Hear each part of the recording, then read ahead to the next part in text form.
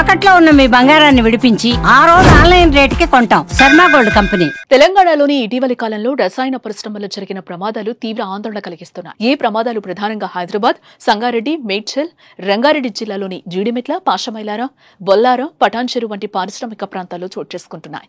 2 నెలల క్రితం సంగారెడ్డి జిల్లాలోని సిగాచి రసాయన పరిశ్రమలో రియాక్టర్ పేలుడు జరిగి 13 నుంచి 35 మంది కార్మికులు మరణించారు. ఈ ఘటన మరొక ముందే మళ్లీ ప్రమాదాలు జరుగుతూనే ఉన్నాయి. తాజాగా యాదాద్రి జిల్లా చౌటుప్పల్ మండలం జై కేసారం వద్ద భారీ అగ్ని ప్రమాదం జరిగింది.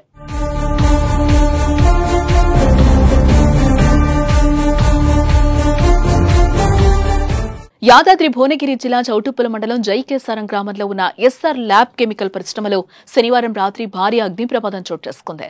హఠాత్తుగా మంటలు చెలరేగడంతో ప్రాణాలు అరచేతిలో పెట్టుకుని ఉద్యోగస్తులు బయటకు పరుగులు తీశారు. మరోవైపు రియాక్టర్ పేలుతుందేమో అని భయభ్రాంతులకు గురయ్యారు గ్రామస్తులు. సమాచారం అందుకున్న పోలీసులు, ఫైర్ సిబ్బంది ఘటనా స్థలానికి చేరుకుని ఫైర్ ఇంజిన్తో మంటలను అదుపులోకి తెచ్చారు. ఈ ప్రమాదంలో ఎలాంటి ప్రాణ నష్టం లేదని అధికారులు చెబుతున్నారు. కాకపోతే ఆస్తి నష్టం భారీగానే జరిగే ఉంటుందని అంచనా వేస్తున్నారు అధికారులు.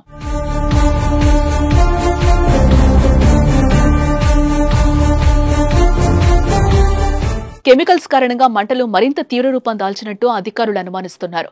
విద్యుత్ షార్ట్ సర్క్యూట్ కారణంగా మంటలు వ్యాపించినట్లుగా గుర్తించారు.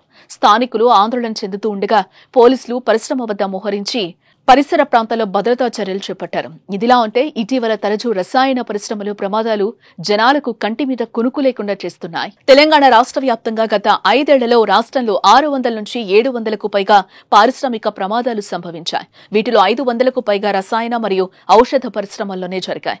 ఈ ప్రమాదాలు దాదాపు 1116 మంది మరణించారు. కెమికల్ ఫ్యాక్టరీ విషయాల్లో సరైన భద్రతా ప్రోటోకాల్స్ పాటించకపోవడం, అగ్ని ప్రమాదాలు, రసాయన లీకేజీలు, షార్ట్ సర్క్యూట్లు జరుగుతున్నాయని అంటున్నారు. ఇప్పటికైనా ఫ్యాక్టరీల యాజమాన్యం భద్రతా ప్రమాణాలు ఖచ్చితంగా పాటించాలని అంటున్నారు.